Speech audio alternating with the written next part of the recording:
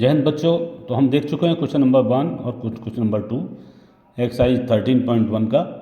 तो अभी चल रहे हैं हम आगे नेक्स्ट वीडियो में एक्सरसाइज 13.1 के क्वेश्चन नंबर 3 पर। इसमें दिया हुआ है निम्नलिखित बंटन एक मोहल्ले के बच्चों के दैनिक जेब खर्च को दर्शाता है।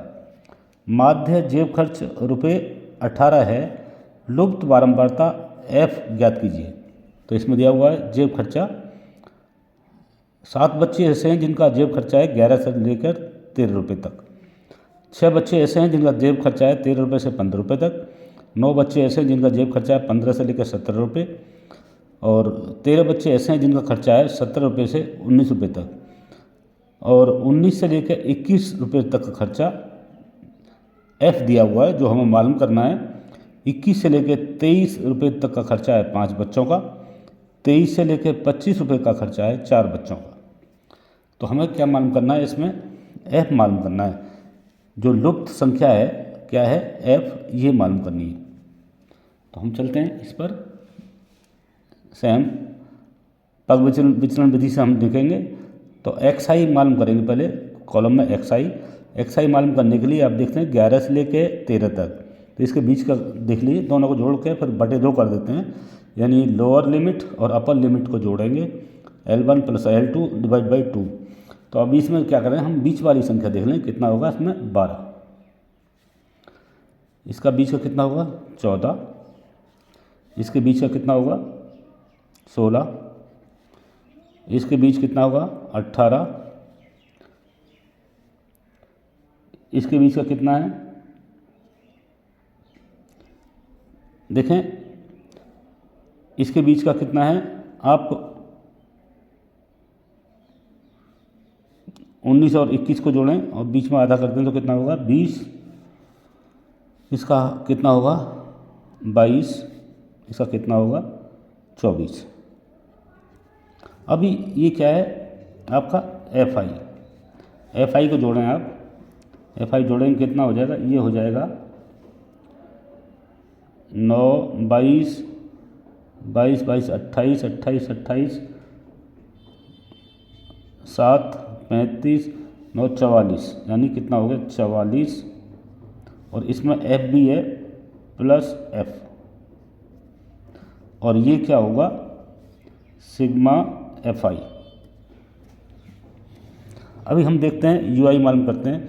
ui मालूम करने क्या है xi माइनस a के लिए हम किसी बीच वाले किसी माध्य को एज्यूम कर लेते हैं कि ये माध्य है। मैं 18 को एज्यूम कर रहा हूँ, ये क्या है a है।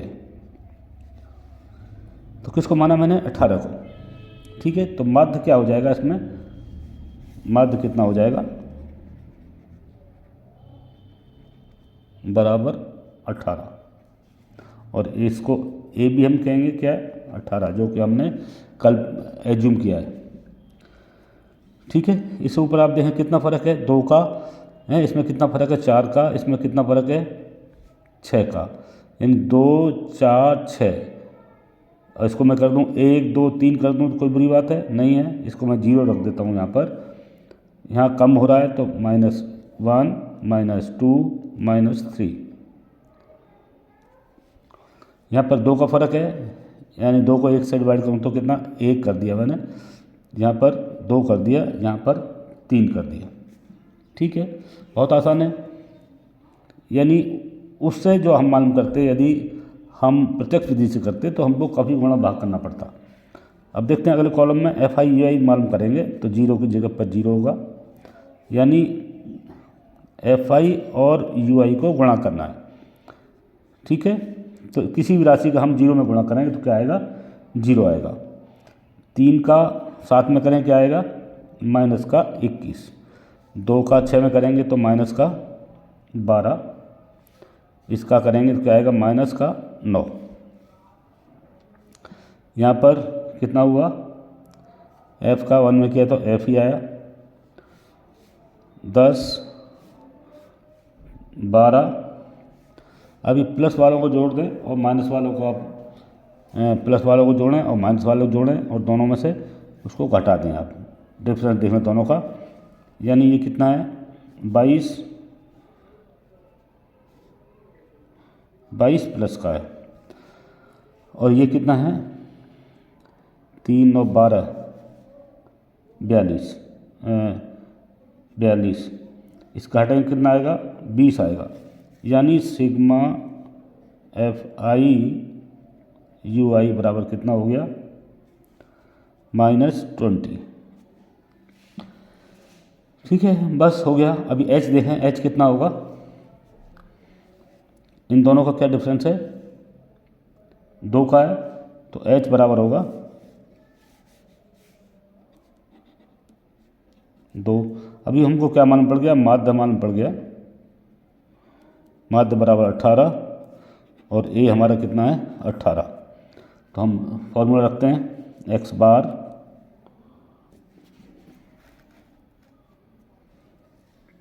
Is equal to A plus sigma FI UI upon sigma FI into H। माध्य पता है 18 करते हैं, A आपका 18 प्लस सिग्मा FI UI कितना है आपका, यानी इसमें F भी है तो क्या हो जाएगा ये F -20। तो सिग्मा FI UI कितना होगा -20 F -20 बटे F -20 बटे क्या है ये F प्लस 44 गुणा H कितना है आपका 2। ये दोनों आपस में कट गया, बराबर क्या आया 0 इज इक्वल टू इसका FI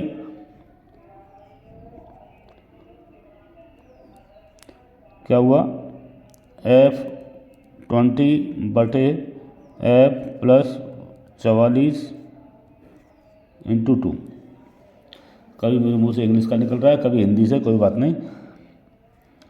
तो इसमें आप देखें 0 को हम इसको मैंने इधर ले गया, यानी दोनों को क्या कर दिया मैंने F0 इंटू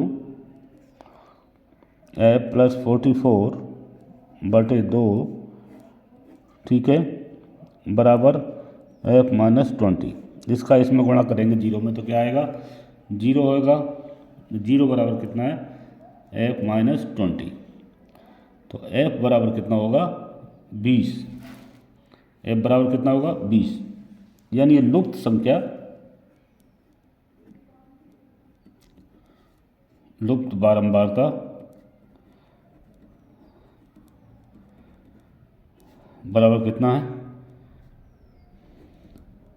20। यही होगा इसका आंसर। तो ये था क्वेश्चन नंबर 3। हम क्वेश्चन नंबर 4 के लिए चल रहे हैं अगले पेज पर।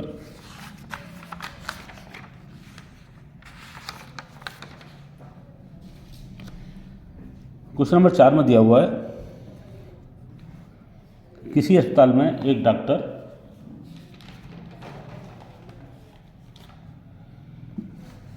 तीस महिलाओं की जांच करता है और उनके हृदय स्पंदन की प्रति मिनट संख्या नोट करके नीचे दी गई सारणी के अनुसार संख्यात्मक रूप में लिखा गया है। एक उक्त विधि चुनते हुए इन महिलाओं के स्पंदन, हृदय स्पंदन की प्रति मिनट संख्या ज्ञात कीजिए। यानी हार्ट बीट दिया हुआ है महिलाओं का, कितनी महिलाएं 30 महिलाएं। तो आप सीधा सा ये जो दिया हुआ है महिलाओं की संख्या दी हुई है टेबल के अंदर और हार्ट बीट दिया हुआ है। जब 30 महिला है तो आप यहाँ पर लिख दीजिए 30, ठीक है।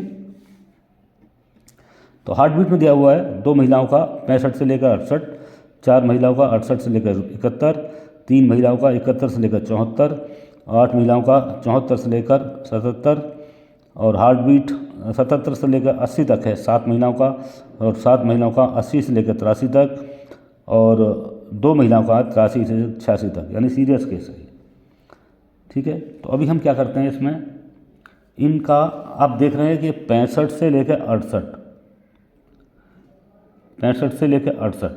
तो इसके लिए हम क्या करेंगे, हम नेक्स्ट कॉलम में हमारा एक्स आई का, एक्स आई में हम इनका मिड देख लेंगे, बीच का मिड देख लेंगे। यानी 65 से लेकर 68 तक कितना होगा, 3 हो गया। यानी 65 में मैं 1.5 जोड़ दूँ तो कितना हो जाएगा, 66.5। ठीक है। और इसको करंट कितना हो जाएगा, 69.5। ये कितना हो जाएगा, 72.5। ये कितना हो जाएगा, 77 वाला 75.5। ये कितना हो जाएगा, 78.5। ये कितना होगा, 81.5। और ये कितना होगा, 84.5। तो ये 30 आया था आपका, और इसको 30 को हम बोलेंगे सिग्मा एफ आई। अभी हम मालूम करते हैं, यानी इसको मैं दोबारा लिखता हूँ। अब देखिए एक्स आई बराबर कितना होता है, L1 प्लस L2/2। ठीक है। अभी यू आई बराबर कितना होता है, एक्स आई माइनस ए अपॉन एच। एच कितना है आप देख रहे हैं, एच इसके अंदर कितना फ़र्क है, 3 का फ़र्क है। तो एच इजिकल टू कितना है, 3। तो यहाँ मैं लिख लेता हूँ एच इजिकल टू 3। ठीक है। तो अभी मैं इसमें एक काल्पनिक करता हूँ, यानी एक कल्पना करता हूँ कि मेरा मिड क्या है। कोई इसमें इन दोनों में से मैं एक मिड ले लेता हूँ। ये 3 है, इन तीनों में से कोई भी एक मिड छांट लेता हूँ। तो इसके बीच में मैं ये वाला देखता हूँ, 75.5 को मैं मिड मान लेता हूँ, यानी इसका माध्य मान लिया मैंने ए। ठीक है। अगले कॉलम में देखें, यू आई के लिए अब मैं इसमें कितना हो जाएगा, सामने 0। इसमें कितना फ़र्क है, 3 का। यहाँ कितना है, फिर 3 का हो गया, और 3 का ये क्या होता है, कम होता जा रहा है।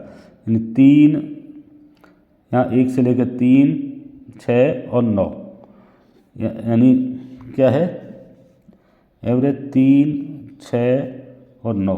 इसको मैं कर दूँ 1, 2 और 3 कर दूँ तो वही रेशो होगा, 1/3, 2/6, 3/9, वही रेशो होगा। तो यहाँ मैं लिख देता हूँ, ये माइनस हो रहा है तो यहाँ लिखता हूँ -1, -2, -3। यहाँ पर रेज हो रहा है तो ये कितना हो गया, 1, 2 और 3। अभी मालूम कराऊंगा मैं F I you I, F I and you आई, इसको हम गुणा करेंगे तो क्या होगा, 2×6 -6। ये कितना हो गया, -8। ये कितना हो गया, 3। ठीक है। और यहाँ कितना होगा, 0। ये कितना होगा, 7 एकन 7। ये 7 दूनी 14।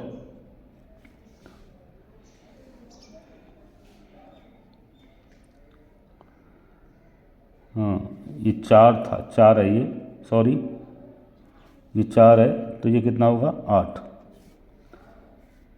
और 2×6। इसको टोटल करें आप, माइनस के और प्लस को देखें कितना है, 8 से 14 और 3 17, माइनस से कितने हैं, 17। 8 7 15, 15 15 6 21, 21 ये प्लस के हैं। तो इसमें से आप घटाएंगे कितना बचेगा, 4 बचेगा। और तो 4 क्या हुआ आपका, सिग्मा एफ आई यू आई बराबर कितना होगा, 4 हो गया। तो अभी इसका हम फॉर्मूला लगाते हैं, x bar is equal to A plus sigma F I you आई बटे sigma F I into H. तो ए कितना है आपका 75.5 ए माना हुआ है आपने, प्लस सिग्मा एफ आई आई कितना है 4, सिग्मा एफ आई कितना है आपका 30, और एच कितना है, अंतर कितना है आपका 3, हाइट एच कितना है 3। तो 3 को इससे काट दें 10 हो गया, यानी 75.5 प्लस 4/10, और 4/10 को मैं दे सकता हूँ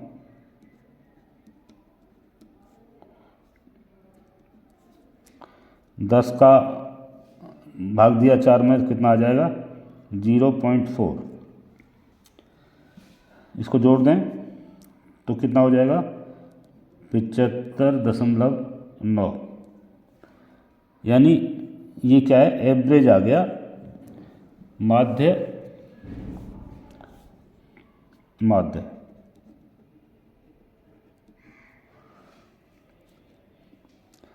पर मिनट, और यही हुआ इसका आंसर। देखते हैं हम अगले क्वेश्चन में।